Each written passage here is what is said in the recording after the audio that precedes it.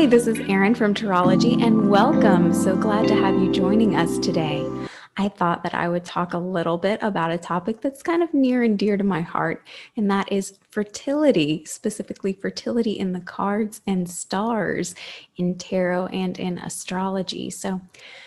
For those of you who may not know me as well, and those of you who do know me a little bit better, this may not come as a complete surprise that I am an empress based on my personal pattern of destiny in the tarot. So I am an empress life lesson as well as an empress personality or birthday card.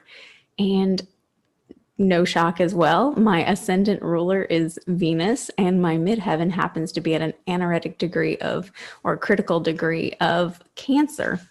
And so this is definitely a topic of interest for me. Full disclaimer, am not a mother. I have a fur baby, and that's about it. Actually, I think you can hear fur baby in the background being a little noisy.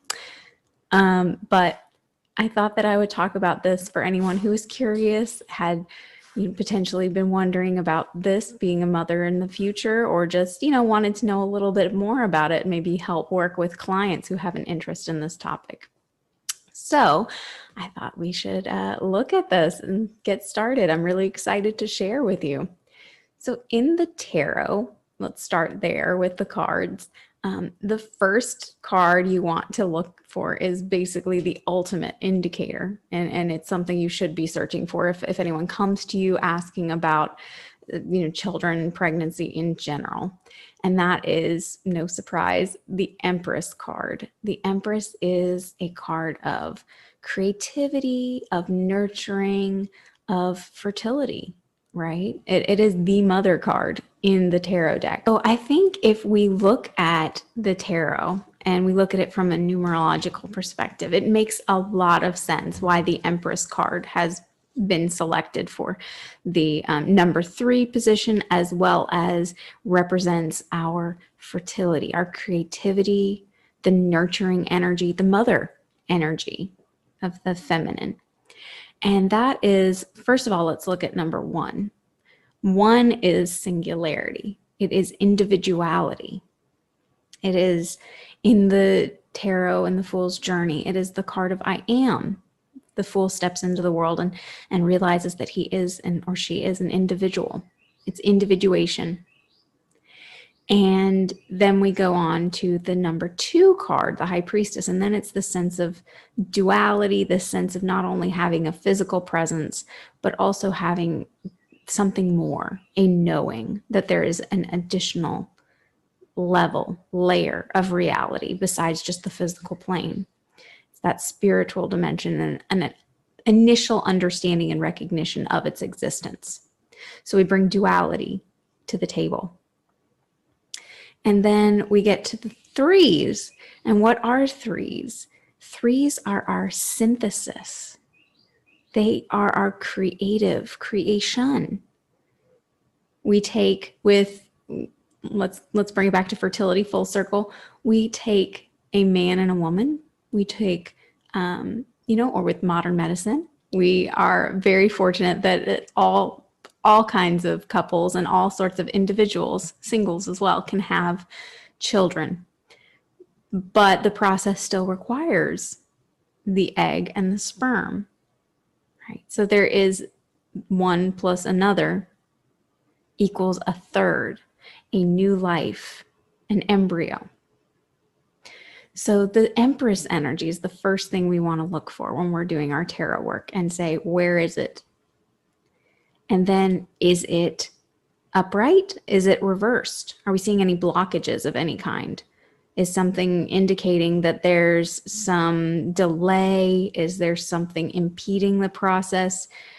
And even if it's upright, it's not reversed. If you don't even read reversed cards, we still want to make sure that we are looking holistically. We are looking at all of the surrounding and supporting cards for additional context clues.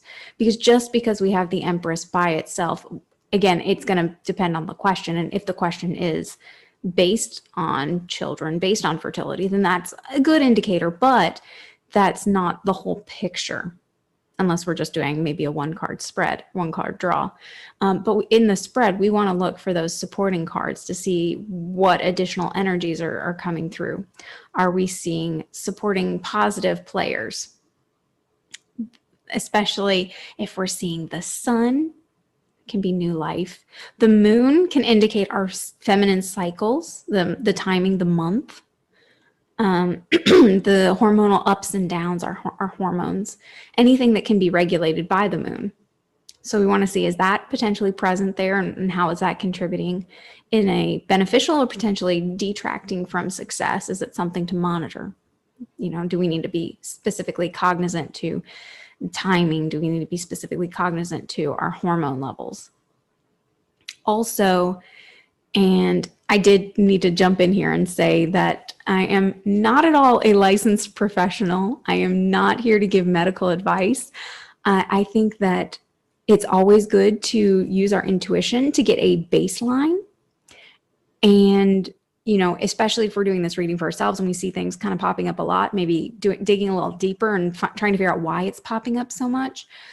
But I am not a medical professional. So if you do have additional medical questions, if you have any concerns, this is a good place to get that baseline, but then say, okay, this is something I need more information for. Maybe this gives me an indication of what route I should take on questioning to take to an actual licensed medical provider, so that I can know more, so that I can get better direction and guidance.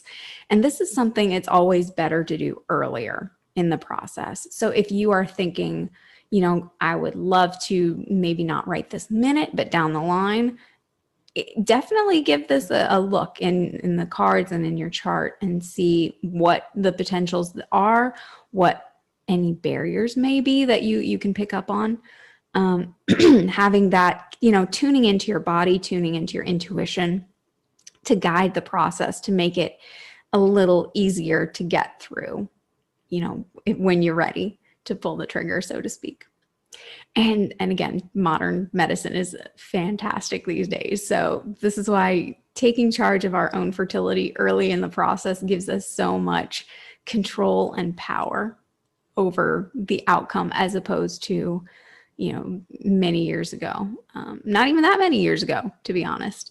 We've come a really long way. So back to what we're looking at in the tarot. So if we have the moon card, if we have other cards that may be positive indicators, we may see the Four of Wands, which can usually be marriage, but also it's just sort of an affirmation from the universe that you're on the right path. Or the Nine of Cups. It's a beautiful wish fulfillment card, right? It's about getting your desires filled. And so that's always a very positive indicator of success. If we're seeing the Page of Cups in particular, pages can represent children or young individuals in our lives, as well as aspects of ourselves, childlike aspects of ourselves, as well as messages.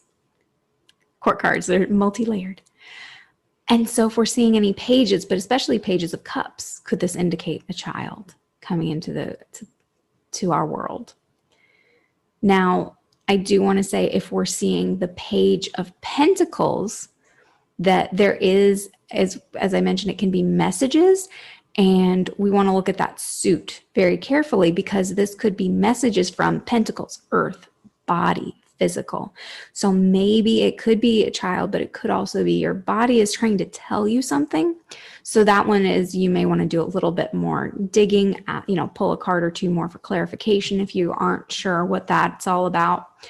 So just, pages, great. Pages of Cups, wonderful. But Page of Pentacles, maybe is there something I need to look at a little closer in my own body and see what my body's trying to tell me. Now, some potential barriers. And again, all of this is very relative. You need to look at the big picture and see what all the cards are there and put them all into context, and definitely focus on what you're asking. You don't want to, ask a question about career and then you see the Empress come up and you immediately assume that it has to do with fertility. So this is back to the importance of asking very specific, very pointed questions, and knowing what you're looking for and being intentional in what you're looking for from the cards, because you can try and cram every single meaning into a card and then you're overwhelmed and you have no idea how it relates specifically to what you're trying to get out of it. So, but if we're asking specifically about children and fertility potential, and we see perhaps the 9 of Swords, maybe the 3 of Swords, there are some things we may want to look at a little bit more carefully. 9 of Swords, usually that's insomnia, anxieties, things of that nature. 3 of Swords could be heartache, some loss. Those you want to look at a little bit more carefully and see what's kind of going on there. Are you being too anxious? Are you too concerned? Do you need to work on your mental health to get you to a better place first where you can be more successful? There are a couple of swords in particular that tend to refer to cutting out of things. 5s tend to deal with losses and setbacks. So again, we're not saying these are no-goes, but we want to look at context. And then let's move on to the next, this perfect segue. We also want to look at the astrology behind our potential, because we can actually look at a natal chart and see some potential indicators of our fertility and our fertility capabilities within the chart. So first things we want to look at is the 5th house is traditionally associated with children. And so in your natal chart, what's the condition of the 5th house? We want to look at what sign is it? Is it a more wet sign? We are looking for moisture for fertility. So water signs are great. Air signs can be. They're neutral. Earth signs, neutral kind of. Earth maybe a little more on the dry side, and fire tends to be very dry. So we want to see is there moisture in there? Is there a well-placed water sign? Is there air signs? We want to look at Aquarius and Libra. Gemini is a bit tricky. So is there, we're going to look for additional clues. So first, we're looking at the 5th house. What sign is it and what planets are in it, but also what is the ruling planet? So the 5th house ruler, based on traditional astrology. So, modern astrology tends to incorporate Uranus, Neptune, and Pluto, the outer planets, the non-visible planets. We're looking at the visible planets from traditional astrology. So what is the 5th house ruler? So figuring out which planet that is, then finding out where that is in the chart. Is that also in a wet sign? Is it in a water sign? Is it in good condition? Meaning, is it well aspected by other planets? Is it, in a sign that, is it in a house that makes us think, okay, this also really does look very good for fertility. And we also might want to look at the condition of the moon as well, because the moon is not only our body, but it also represents the mother energy. It's very maternal. And it also represents things like our cycles. And so we want to look and see, is the moon also in a wet sign? Can we bring in the moisture there if we're lacking it in our 5th house, or if we're lacking it from the ruler of our 5th house? And is it also well aspected? Does it have good supporting planets? When I say the supporting planets, we're looking for the benefics. We're looking for Venus. We're looking for Jupiter. Are they coming in and assisting in any way? Or is it, on the contrary, not well aspected? Is there potentially some contact with Mars or Saturn that could be causing some issues? And is it too close to the sun? If it's, in a close proximity, a conjunction with the sun, then we may have some other issues there with that dryness factor. We call that combustion. When a planet is too close to the sun, the sun overrides it. You can't see the visible planet anymore.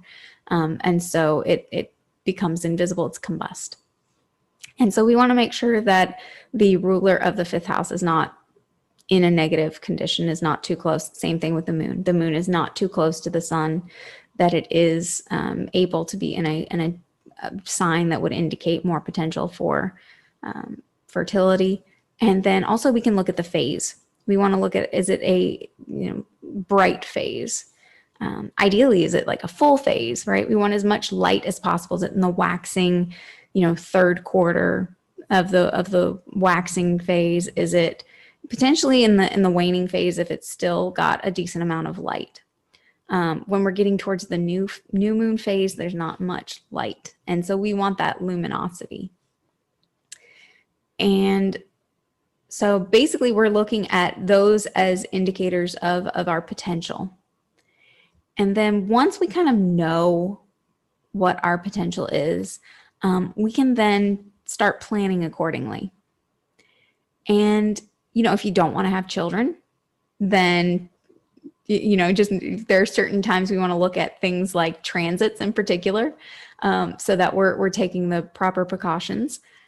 So if, let's say, you do have kind of more challenging aspects of what I just talked about with your fifth house ruler, and with your moon, well, then what can we do?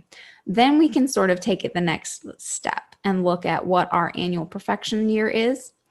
And, you could be in a fifth house annual perfection year, but that's not the only perfection year that can indicate success. 11th house perfection year, so it's the house of good spirit. That's always a good time to, work to see what that is going to look like for you. And also look at what the rulers of your different houses are.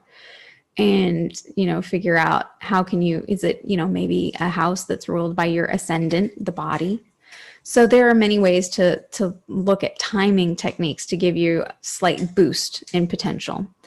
Same thing with secondary progressions. If your moon maybe is not in the best condition in your natal chart, but your progressed moon is in a much better condition, it is in a wet sign, it is in a very bright phase, then that's going to give you that good additional timing boost, as well as, like I said, transits. Looking to see, in this given period of time when you're going to be trying, what are the benefics doing? What are the important planets doing? What is the ruler of your fifth house doing? And trying to use timing techniques to give you that additional boost. And then another thing that you can look at is also the 11th house. And the 11th house is the house of other people's children. So the world, right? The community. Other people's children in this case can also be children acquired by adoption or marriage, could be stepchildren. So you can look there and see if there might be any good indicators of success in your 11th house as well, if that's a route you're looking to take. So again, always be sure to consult with an actual licensed medical professional if you do have questions about your fertility, any concerns related to anything in that process. But I just sort of wanted to share this information so that we can sort of take back a little bit more control in the planning phase and encourage people who are interested to sort of look a little bit more closely at where they are and what their trajectory is, and know that timing can provide that little helpful boost if you are actively seeking and maybe encountering sort of a wall or getting a little frustrated. There are some more options and things to look at, as well as, again, that looking at it earlier is always better rather than assuming and, not looking at these things until you're ready to pull the trigger, and then finding out that maybe timing is not quite on your side, and that you may have to plan a little bit more to try and maximize your chances of success. So I want to say thank you so much for listening. I hope you got something out of this. And if you are interested in learning more, please, by all means, check out my website at learntarology.com. You can get readings, take classes, and we also have a Tarot Tuesday. So lots of community building opportunities, and I hope to see you there. Until we meet again.